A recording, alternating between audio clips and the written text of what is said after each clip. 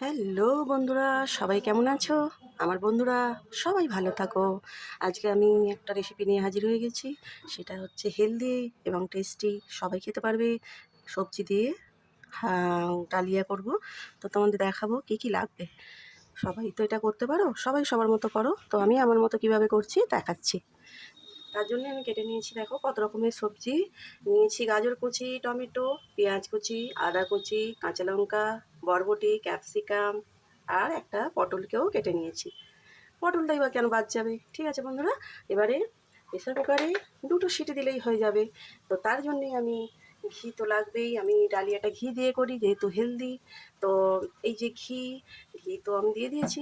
আর ফোড়নে কী কী দেবো দেখো, আমি ফোড়নটা দেখাই জাস্ট।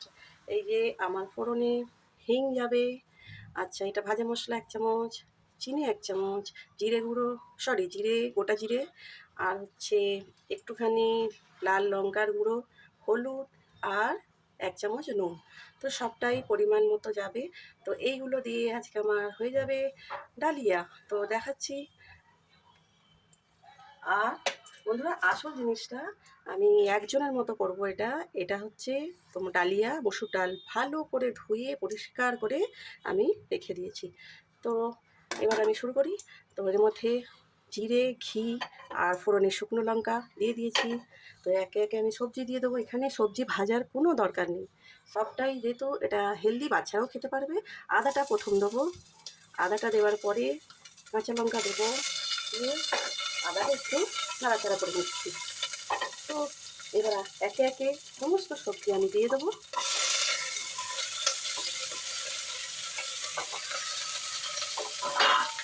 এইভাবে একটু ঢাকিয়ে নেবো। তো এবার আমি কী দেবো, মশলাগুলো দেবো। এই 1 চামচ নুন, হলুদ, হিং, হিংটা শেষের দিকে একটুখানি ছিল, ভাজা মশলা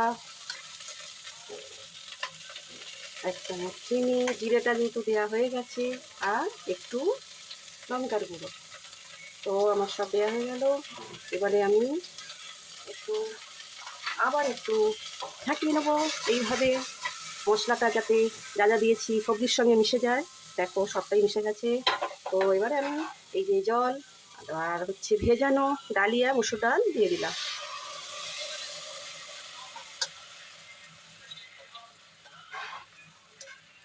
আমাদের যথারীতি ঝর্ণা এসে গেছে, ও কাজ করছে, বাসন মাজছে, মোছা হয়ে গেছে। ও ভাবছে বৌদি কী করছে, একা একা কথা বলছে।